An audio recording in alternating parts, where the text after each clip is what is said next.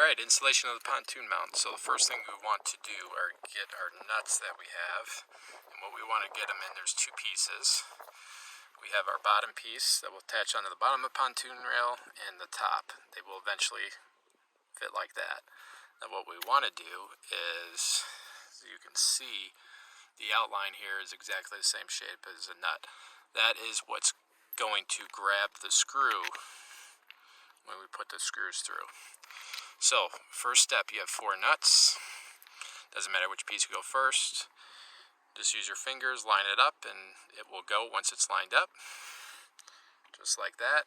Now the trick is you could either take your screwdriver you're using and just push it all the way down until it stops. It'll go in very easily.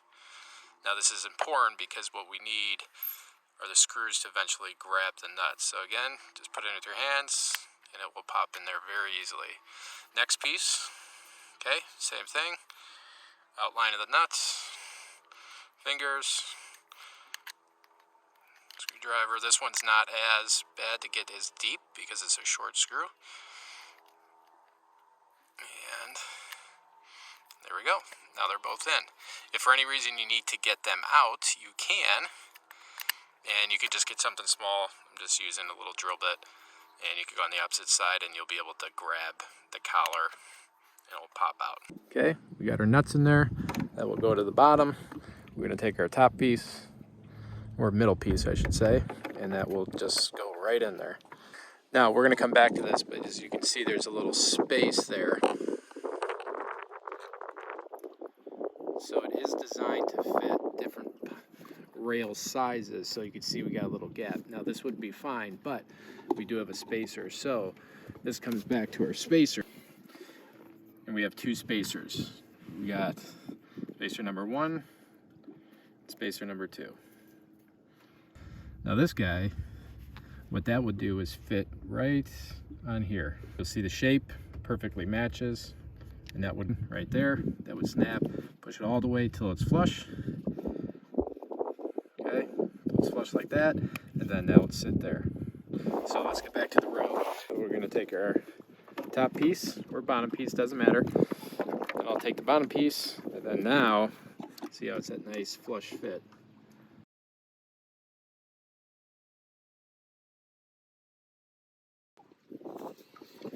So we got this rubber piece. Now this piece is optional, but if you want to use it, what it would do is the rib side.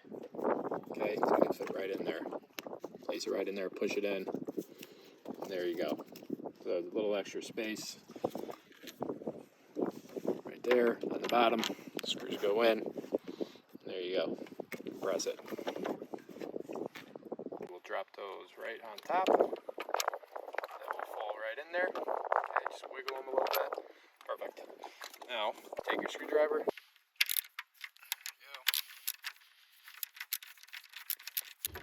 And you're done. If for some reason you are turning and it's not getting tight, it's because that nut you put in is not pushed far enough. So just, you can take your screwdriver or your finger, whichever one, push that nut up there until that screw catches it, and then it will get very snug.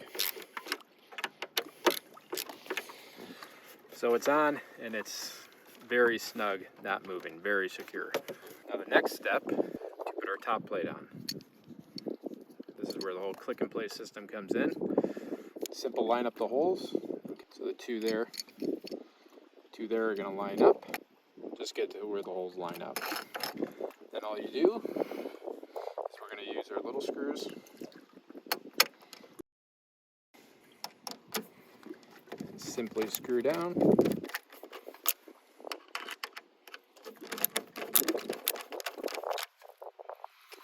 You're all set. Pontoon mount ready to go. Now it's just time to click and play any accessory table you have. I like using the extender that we have available. This is a 5-inch extender when I'm using a pontoon mount. Just a little extra room. Now we can put our 2-cup table on there. 4-cup circle.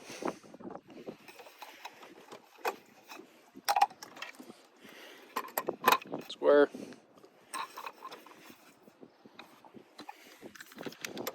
Phone mount.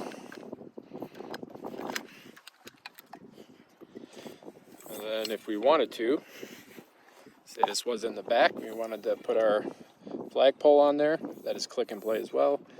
I'm going to take out the extender. Flagpole, go right in there, lock in place, and now it as a flagpole.